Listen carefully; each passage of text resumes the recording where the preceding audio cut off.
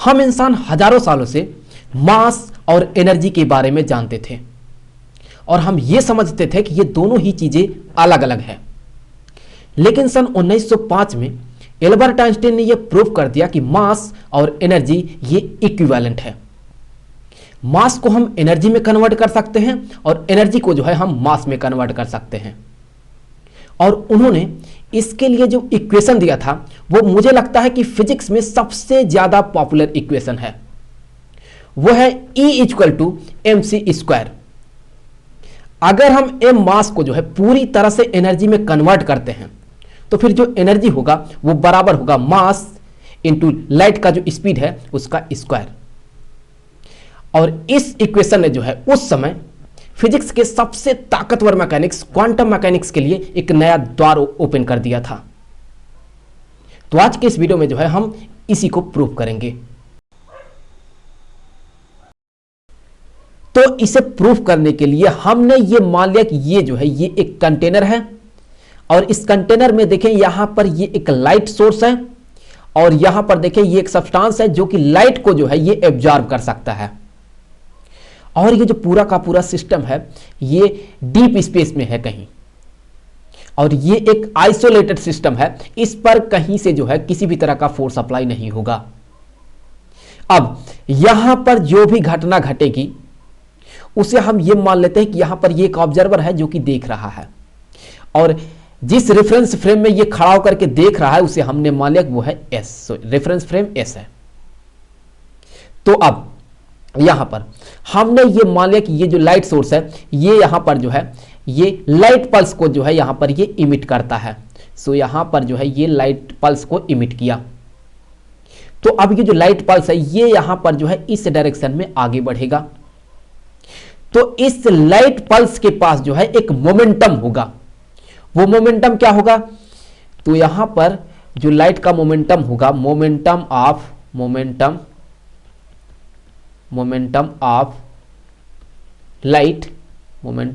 Light ये होगा। चलिए मोमेंटम को जो है लाइट के मोमेंटम को हम यहां पर P से रिप्रेजेंट करेंगे तो ये बराबर होगा इसका जो यहां पर एनर्जी होगा इस लाइट पल्स का, जो कि मान लेते हैं वो है E, डिवाइडेड बाय जिस स्पीड से जो है ये आगे बढ़ रहा है। तो लाइट के स्पीड को जो है हम c से रिप्रेजेंट करते हैं। तो ये होगा इसका मोमेंटम इस लाइट पल्स का। तो चलिए इसे मान लेते हैं कि यह है इक्वेशन नंबर 1। अब जैसे यहां से लाइट पल्स निकलेगी वैसे ही ये जो पूरा का पूरा कंटेनर है ये एक रिकॉइल को एक्सपीरियंस करता है और ये कंटेनर जो है ये पीछे की तरफ मूव करता है। लाइट पल्स यहां पर आगे की तरफ मूव करेगी और कंटेनर पीछे की तरफ मूव करेगा। तो इस कंटेनर के पास भी एक मोमेंटम होगा और कंटेनर का जो मोमेंटम होगा वो एग्जैक्टली बराबर होगा इस लाइट का ये जो मोमेंटम है इसके। तो यहां पर ये जो कंटेनर है ये कंटेनर यहां पर जो है पीछे की तरफ मूव करता गया और हमने मान लिया कि कुछ देर बाद ये कुछ इतना जो है ये डिस्टेंस को जो है ये ट्रेवल कर लेता है। सो यहां पर जो है ये कुछ इतना जो है डिस्टेंस को तय कर लेता है। तब तक ये जो लाइट पल्स है ये हमने मान लिया कि ये जो लाइट पल्स है ये कुछ आगे बढ़ गया। सो लाइट पल्स अब यहां पर तो नहीं रहेगा, लाइट पल्स हमने मान लिया कि ये कुछ यहां पर पहुंच गया। सो ये भी इतना जो है डिस्टेंस को जो है तय कर लिया और लाइट पल्स आगे की तरफ बढ़ती जा रही है और ये जो कंटेनर है ये इस डायरेक्शन में जो है पीछे की तरफ ये भी मूव करता जा रहा है। तो कुछ देर बाद हमने मान लिया कि यहां पर जो है कंटेनर पहुंच गया यहां पर, कुछ यहां पर, और इस समय ये जो लाइट पल्स है ये इस सब्सटेंस से जो है टकराता है और ये इस लाइट पल्स को जो है यहां पर ये एब्जॉर्ब कर लेता है। और जैसे ही लाइट पल्स को जो है ये सब्सटेंस एब्जॉर्ब करता है वैसे ही ये पूरा का पूरा जो सिस्टम है ये रुक जाता है। अब आप पूछेंगे कि ऐसा क्यों? क्योंकि देखिए शुरू में जब यहां से लाइट पल्स नहीं निकला था तो उस समय ये कंटेनर रुका था और इसका जो टोटल लीनियर मोमेंटम था वो 0 था। और जैसे ये इस डायरेक्शन में निकलता है लाइट पल्स वैसे ही कंटेनर जो है वो यहां पर इस डायरेक्शन में पीछे की तरफ मूव करता है और इसका भी जो मोमेंटम होता है वो लाइट के ही मोमेंटम के बराबर होता है। अगर ऐसा नहीं होगा, अगर ये पीछे की तरफ मूव नहीं करेगा, तो फिर यहां पर इस सिस्टम का जो टोटल लीनियर मोमेंटम है वो कंजर्व्ड नहीं रह पाएगा और law of conservation of linear momentum के ये खिलाफ होगा। तो मोमेंटम को कंजर्व्ड रहने के लिए कंटेनर को जो है पीछे की तरफ मूव करना ही होगा। तो अब लाइट पल्स के पास मोमेंटम कुछ है, तो जब लाइट पल्स जो है यहां पर इससे टकराता है, इससे सब्सटेंस से टकराता है, तो इसके पास मोमेंटम होगा। टकराने से ठीक पहले इसके पास मोमेंटम होगा, टकराने के बाद तो जीरो हो जाएगा। सो टकराने से ठीक पहले इसके पास मोमेंटम होगा और मोमेंटम जो है वो यहां पर इस डायरेक्शन में होगा। और टकराने से ठीक पहले इस कंटेनर के पास भी उतना ही मोमेंटम होगा, लेकिन उसका डायरेक्शन देख ले, उसका डायरेक्शन यहां पर इस डायरेक्शन में होगा, अपोजिट होगा। तो जैसे ही टकराता है वैसे ही दोनों का मोमेंटम सेम है, मैग्नीट्यूड सेम है, लेकिन डायरेक्शन अपोजिट है, वैसे ही दोनों एक दूसरे को यहां पर कैंसिल कर देता है। तो फिर इस सिस्टम का जो टोटल मोमेंटम होता है वो फिर से जीरो हो जाता है और ये कंटेनर रुक जाता है। तो यहां पर जो लीनियर मोमेंटम है वो कंजर्व्ड रहता है। तो अब यहां पर इस कंटेनर का देख लेते हैं कि मोमेंटम क्या होगा। तो उसके लिए हमने ये मान लिया है कि यहां पर ये जो कंटेनर है, इस कंटेनर का ये जो मास है, ये मास हमने मान लिया कि यह है कैपिटल M, और हमने ये मान लिया कि ये जो कंटेनर है ये यहां पर जो है कुछ इतना जो है डिस्टेंस को तय कर लिया है। डिस्टेंस कितना ट्रेवल किया है, अगर देखें कंटेनर जो है, कंटेनर यहाँ पर जो डिस्टेंस को ट्रेवल किया है वो डिस्टेंस यहाँ पर ये है। सो इतना डिस्टेंस यहाँ पर ये कंटेनर जो है इस डायरेक्शन में तय किया है। तो यहाँ पर ये हम मान लेते हैं कि ये जो है ये है डेल्टा एक्स। सो इतना यहाँ पर ये डिस्टेंस को ट्रेवल किया है। कितने टाइम में किया है वो हमने मान लिया कि वो टाइम है डेल्टा टी। तो अब यहाँ पर हम ये कह सकते हैं कि इसका जो स्पीड होगा, इस कंटेनर का जो है इस डायरेक्शन में मूव करने का जो स्पीड होगा वो क्या होगा, वो होगा delta x divided by delta t. So यहां पर ये होगा delta x divided by delta t, ये होगा इसका स्पीड। तो यहां से हम ये कह सकते हैं कि इस कंटेनर का जो मोमेंटम होगा, मोमेंटम ऑफ कंटेनर ये होगा इसका जो मास है, इसका यहां पर ये जो मास है जो कि है कैपिटल M, इनटू यहां पर इसका ये जो स्पीड है जो कि है delta x divided by delta T. तो यहां पर ये हो गया delta x divided by delta T के। तो ये हम मान लेते हैं कि ये है इक्वेशन नंबर 2। तो चूंकि यहां पर मोमेंटम को कंजर्व रहना है तो इसलिए ये जो मोमेंटम होगा वो एग्जैक्टली इसी के बराबर होगा। तो यहां से हम ये कह सकते हैं कि फ्रॉम इक्वेशन 1 एंड इक्वेशन 2 दोनों को हम इक्वेट कर देंगे तो यहां से जो है देखें किसके बराबर हो जाएगा, यहां से ये बराबर होगा m, ये जो कैपिटल M है जो कि इस कंटेनर का मास है, into delta x divided by delta T equal to यहां पर ये जो है E बाई C। और यहां से हम ये लिख सकते हैं कि m इंटू डेल्टा एक्स ये बराबर हो जाएगा E by C into delta T के। तो अब देखिए हमें पता है कि स्पेशल थ्योरी ऑफ रिलेटिविटी ये कहती है कि जो लाइट का स्पीड है वो सबके लिए सेम होता है, चाहे ऑब्जर्वर किसी भी फ्रेम ऑफ रेफरेंस में रहे, लाइट का स्पीड सबके लिए सेम ही होगा। तो इस ऑब्जर्वर को क्या दिखेगा कि जो लाइट का स्पीड है वो c है, और लाइट कितना डिस्टेंस तय किया है, लाइट यहां पर जो है कुछ इतना डिस्टेंस को ट्रेवल किया है। सो यहां से लाइट निकला और यहां पर लाइट एब्जॉर्ब हो गया, तो लाइट ने जो डिस्टेंस तय किया है वो डिस्टेंस देख लें, वो डिस्टेंस यहां पर ये कुछ इतना होगा ये। तो ये जो डिस्टेंस है इसे हमने मान लिया कि यह है L। तो L डिस्टेंस यहां पर ये लाइट पल्स जो है ट्रेवल किया है। तो कितने टाइम में ट्रेवल किया है, डेल्टा टी समय में। स्पीड क्या है, वो स्पीड है c। तो यहां से हम ये कह सकते हैं कि अगर इसका स्पीड c हुआ तो फिर यहां पर ये जो टाइम होगा डेल्टा टी ये बराबर हो जाएगा, यहां पर ये जो डिस्टेंस ट्रेवल किया L डिवाइडेड बाय जिस स्पीड से ये ट्रेवल किया जो कि है c। तो हम डेल्टा टी को जो है L बाई सी के बराबर रख सकते हैं, तो इसी डेल्टा टी के जगह पर जो है हम L बाई सी को पुट कर देंगे। तो यहाँ से जो है हम ये कह सकते हैं कि m इंटू डेल्टा एक्स ये बराबर हो गया E बाई सी इंटू यहाँ पर L और यहाँ पर होगा c, तो यहाँ पर हो जाएगा c का स्क्वायर, तो ये हो गया c का स्क्वायर। तो ये एक बहुत इंपॉर्टेंट रिलेशन है, हम इसे जो है आगे यूज करेंगे।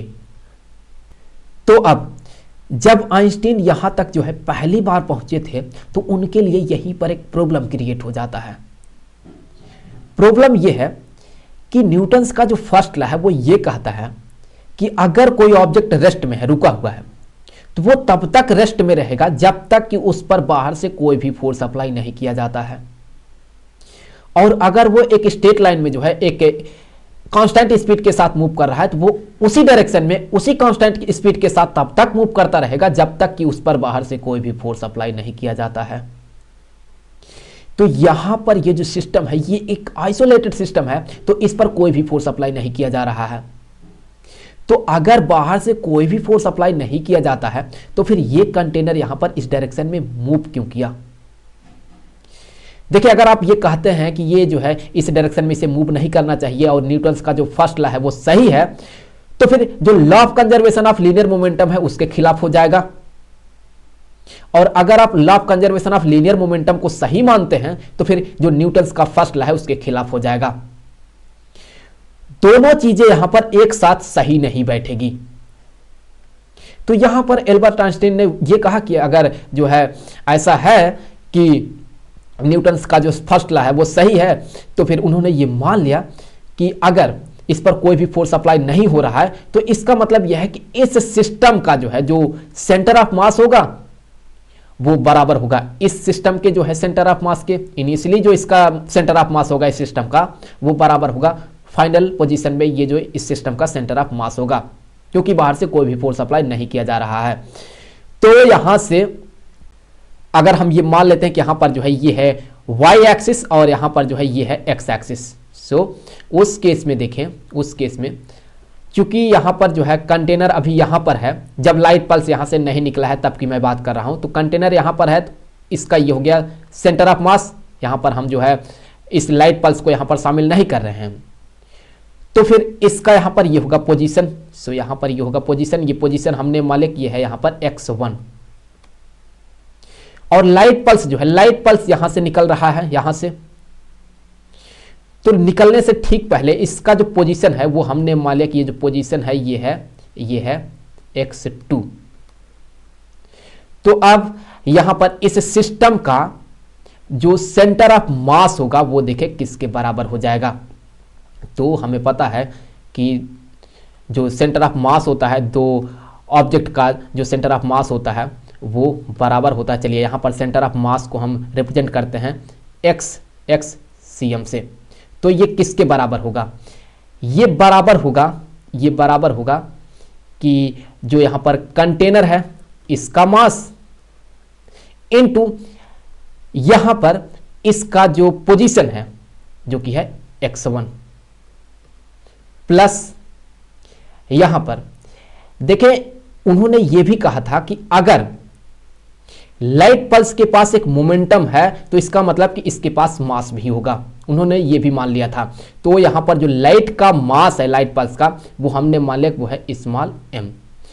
तो फिर यहां पर हम ये कहेंगे कि ये होगा स्मॉल m जो कि लाइट पल्स का मास है इनटू जब लाइट पल्स यहां से नहीं निकला है तो उसका जो पोजीशन है वो है x2 डिवाइडेड बाय कंटेनर का मास प्लस लाइट पल्स का मास।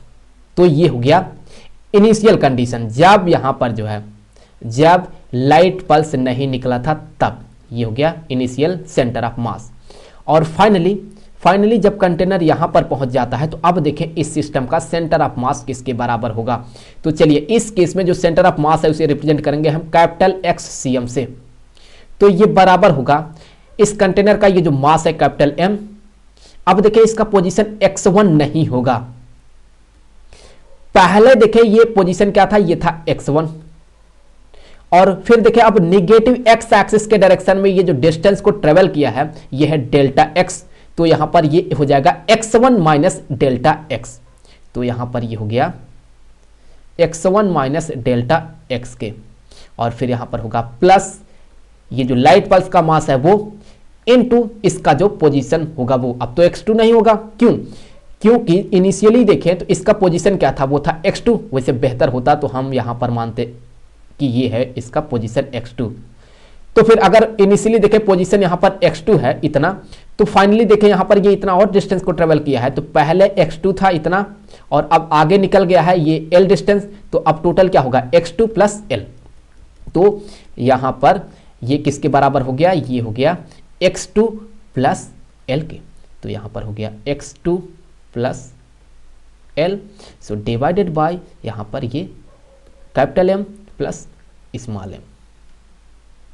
तो अब चूंकि मास जो सेंटर ऑफ मास है, मुझे कहना चाहिए कि जो सेंटर ऑफ मास है वो इनिशियल कंडीशन में जो है और ये जो फाइनल कंडीशन में है वो सेम है, तो हम क्या करेंगे, हम इन दोनों को इक्वेट कर देंगे। तो अब यहां से जो है हम इन दोनों को बराबर करेंगे, तो उसके लिए मैं यहीं से जो है इसे कॉपी कर लेता हूं। सो यहां पर हमने इसे पेस्ट कर दिया और साथ ही साथ ये जो है इसे भी यहां से कॉपी करके लाते हैं, तो यहां पर हमने इसे पेस्ट किया, तो दोनों ही यहां पर ये बराबर है। तो अब देखिए आप, अगर यहां पर हम m को x1 के साथ मल्टीप्लाई कर देते हैं तो फिर mx1 यहां पर ये कैंसिल करेगा। उसी तरह से अगर हम mx2 को मल्टीप्लाई करते हैं तो ये जो होगा ये इसे कैंसिल कर देगा और ये जो है इसे कैंसिल कर देगा। तो हमें क्या मिलेगा, यहां पर ये टर्म हो गया 0 के बराबर, इक्वल टू यहां पर हम इस कैपिटल M को जो है डेल्टा x के साथ भी मल्टीप्लाई करेंगे, तो ये हो गया capital M into delta x और ये माइनस में होगा, प्लस हम इस स्मॉल m को जो है कैपिटल L के साथ भी मल्टीप्लाई करेंगे, तो ये हो गया M इंटू कैपिटल L के। तो इससे आगे हम ये लिख सकते हैं कि ये हो गया M delta x equal to M into ये जो कैपिटल L है ये।